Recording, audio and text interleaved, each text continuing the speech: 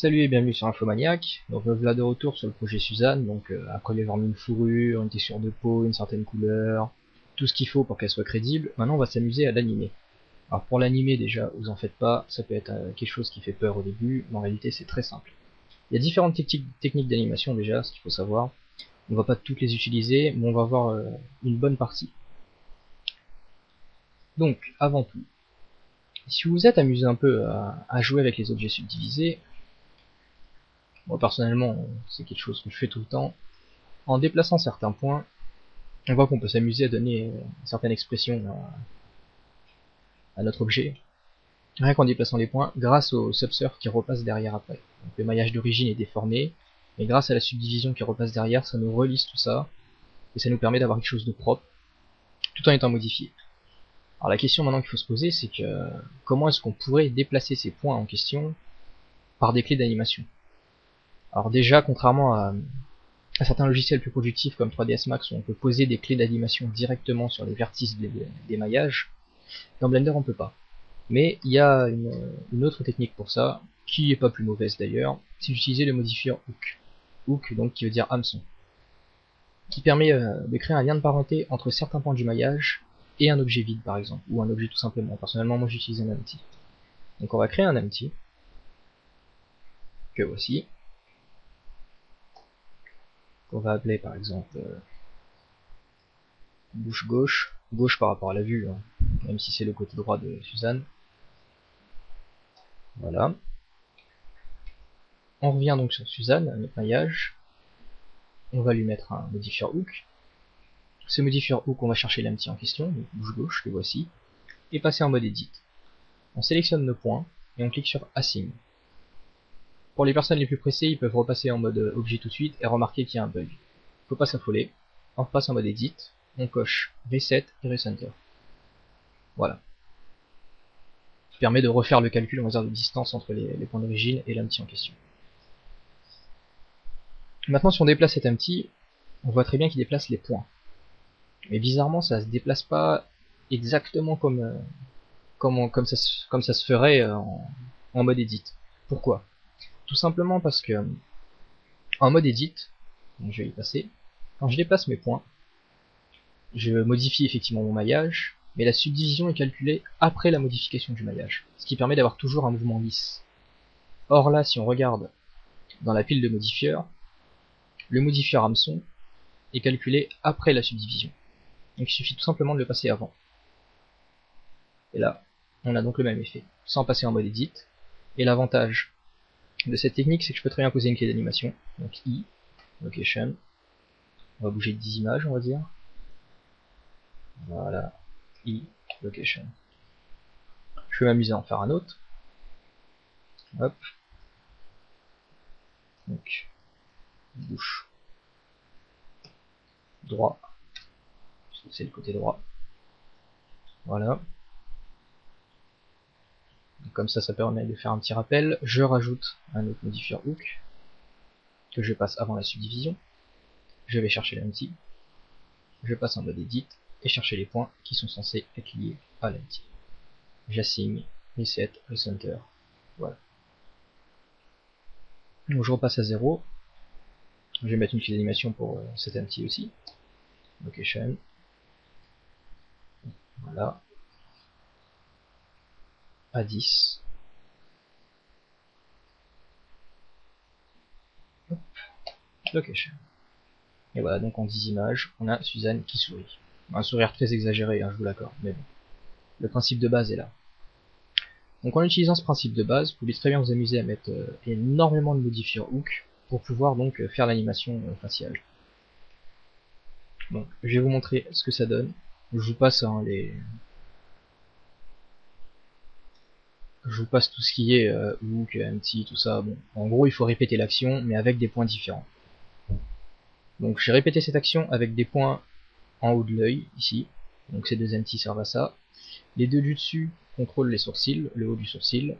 Et ces deux petits empty sphériques ici, c'est les deux qu'on vient de créer ensemble pour les coins de la bouche. Ce qu'on voit ici donc dans le sheet, c'est les différentes clés d'animation que j'ai posées pour les différents empty, donc à différentes positions. Et en vous amusant à jouer avec les positions des empty, vous pouvez très bien, voilà, créer une animation très facilement. Donc je peux vous la lancer. Voilà. Donc on voit bien que ce sont les empty qui bougent et qui permettent comme ça de modifier le maillage et donc donner une expression à Suzanne. Donc voilà la première technique, on va dire, pour l'animation faciale, qui est, je dois avouer, la plus fastidieuse quand même et la moins productive. Il y en a une beaucoup mieux que je vais vous montrer tout de suite après, mais juste avant je vais vous montrer maintenant comment j'ai fait pour animer les yeux. Puisque évidemment, s'il fallait utiliser cette technique pour animer les yeux, on n'aurait pas fini. Il y a une façon beaucoup plus simple pour ça. Avant tout, il faut séparer les yeux du maillage. Donc, je l'ai déjà fait pour celui-là, pour aller plus vite. Et je vais vous montrer comment donc on fait. Hop. On sélectionne toutes les faces qui composent l'œil.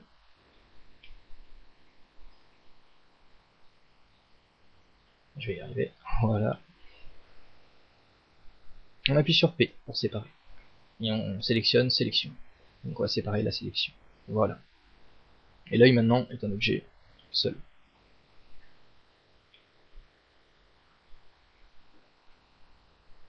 Alors on va enlever, si vous êtes amusé à faire tous les hooks avant d'enlever les yeux, on va enlever sur l'œil quand même, parce qu'on voit les modifiers qui ont été affectés à Suzanne. Ce qu'on sépare, il faut savoir que les morceaux qu'on sépare gardent le même matériau, les mêmes modifieurs, etc., etc. Sauf que pour les yeux, on n'a pas du tout besoin de modifieurs hook. Donc on va les enlever. Voilà. On va garder sur Subsurf quand même, c'est important.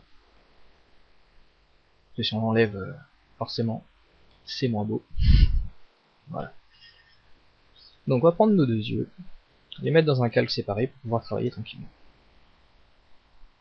Voilà.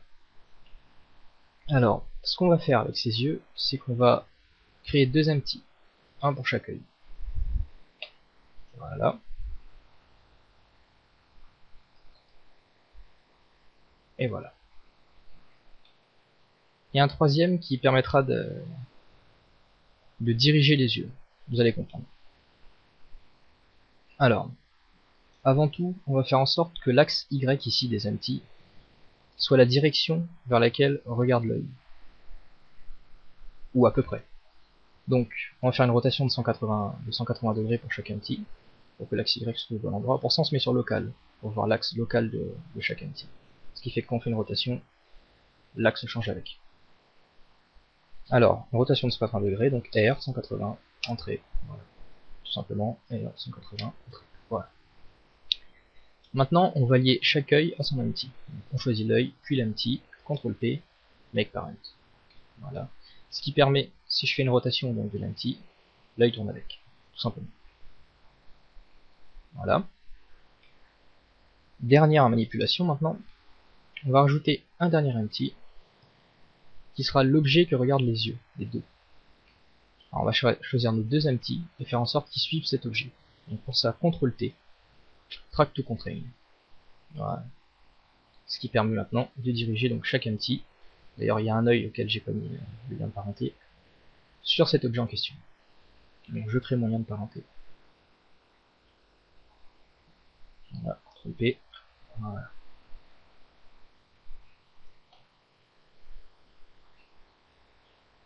Donc on voit maintenant que les yeux regardent en fait l'objet, enfin l'empty on va dire. Voilà. Pour faire loucher les yeux, rien de plus simple, il suffit de rapprocher l'empty, l'objet qu'il a regardé. Tout simplement. Alors, je vais passer tout ça au même niveau, pour un peu plus de lisibilité, on va dire. Hop. Voilà. Et du coup, on obtient, c'est ce que j'ai fait pour les yeux ici, je vous montre ça tout de suite. Voilà. Donc j'ai ici mes deux empty pour les yeux, et celui-là donc qui est l'objet que regarde on va dire Suzanne. Ce qui me permet très facilement, je vais tirer une nouvelle fenêtre pour vous montrer ça, en vue caméra. Si je déplace cet empty, déplacer les yeux. Évidemment il y a une limite, hein, parce que les yeux sont pas modélisés entièrement, on va pas aller trop loin non plus. Mais en déplaçant donc l'empty, on peut animer les deux yeux de façon assez réaliste, en rapprochant, on peut faire bouger Suzanne, sans problème. Donc voilà. Donc c'est en animant cet empty là, donc, que je retrouve ici, donc on voit les différentes clés que j'ai posées, que j'ai pu donc animer les yeux, tout simplement. Donc je remonte le résultat final. Voilà.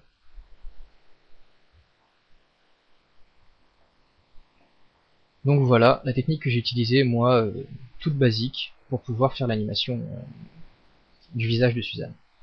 Maintenant il y a une autre technique, beaucoup plus productive et beaucoup plus puissante, pour ce qui est de l'animation faciale. Donc nous on a utilisé le système d'hameçon. Je vais vous montrer maintenant le système de shape, donc de forme. Alors d'ailleurs c'est la technique la plus utilisée pour l'animation faciale. Alors je vais venir dans mon ancienne Suzanne, qui a perdu ses yeux la pauvre, et je vais vous montrer ça. Donc, je vais lui enlever ses modifiers hook, on en a plus besoin. Alors on va passer dans ce que je vous ai présenté comme les données relatives au maillage, donc Object Data. Et en plus des groupes de points, des textures et tout ça, on a ShapeKey. Donc on va regarder juste ShapeKey. On crée une première clé de forme, voilà, qui d'office s'appelle Basis, qui est en fait la forme de base de notre maillage. Et on va en créer une deuxième. Voilà, qu'on va renommer. Je vais appeler ça Smile. Et vous aurez compris, on va faire sourire Suzanne. Donc, on va resélectionner les points, de la même façon qu'avec les hooks. Voilà.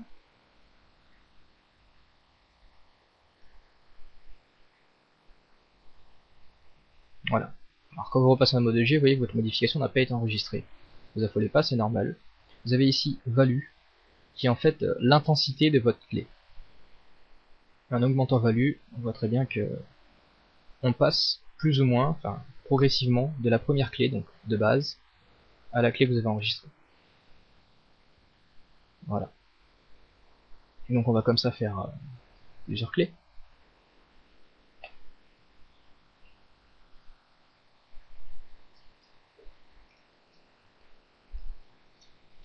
Les yeux fermés par exemple.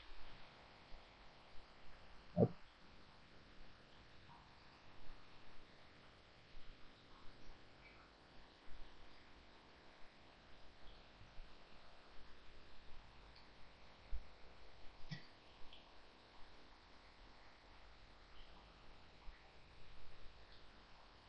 Voilà.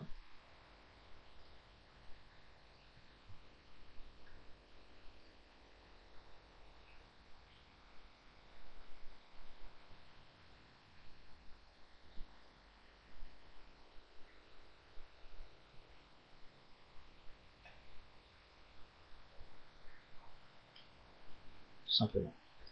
Voilà. Et avec Value, on peut comme ça progressivement fermer les yeux.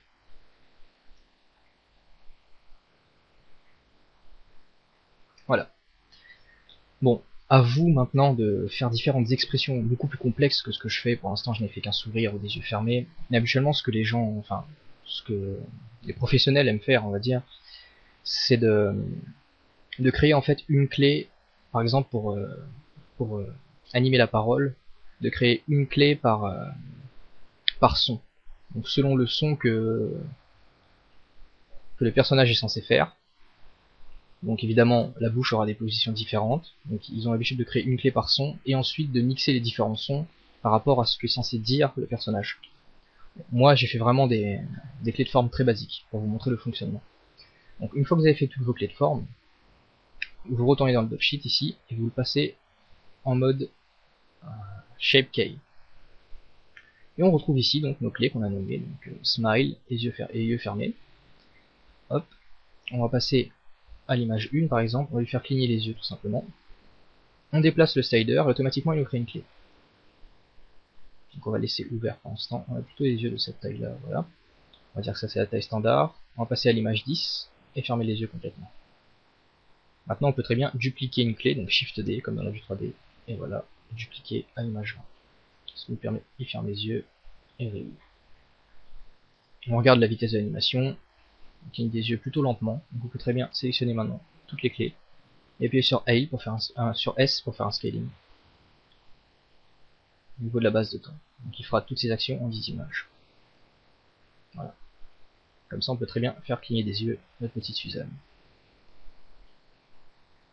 Et s'amuser à la faire sourire évidemment si on a envie.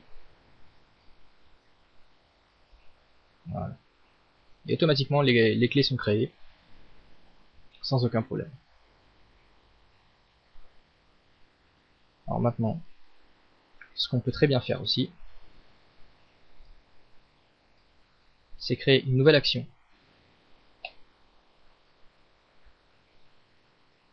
Donc voilà, cette action-là, ça sera en fait le fait de cligner de l'œil. Voilà.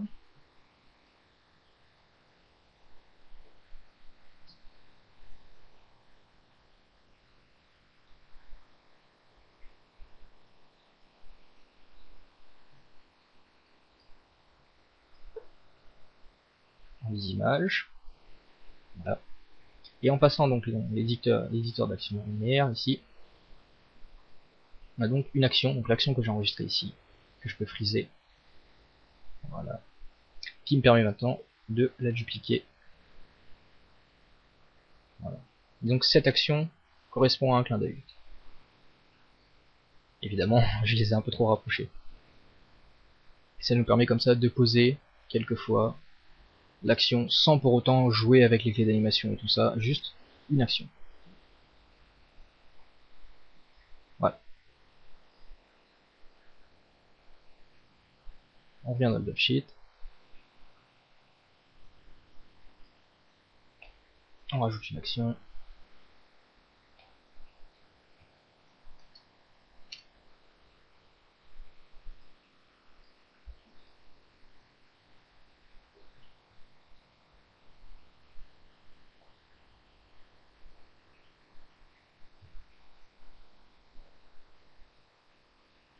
Là, on va faire sourire en 10 images aussi. Voilà. Et on voit que les actions qu'on a mises, même si on ne voit pas les clés d'animation ici, les actions qu'on a posées dans l'éditeur d'action non linéaire fonctionnent. Donc voilà, donc ça c'est notre nouvelle action uniquement pour commander le sourire. On retourne donc dans l'éditeur d'action. Voilà. Et on a l'action donc smile qu'on peut friser. Voilà. Et maintenant on dupliquer si on en a envie. Pour faire sourire Suzanne, on va dire, à différents moments.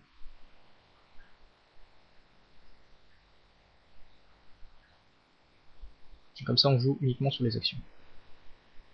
Voilà.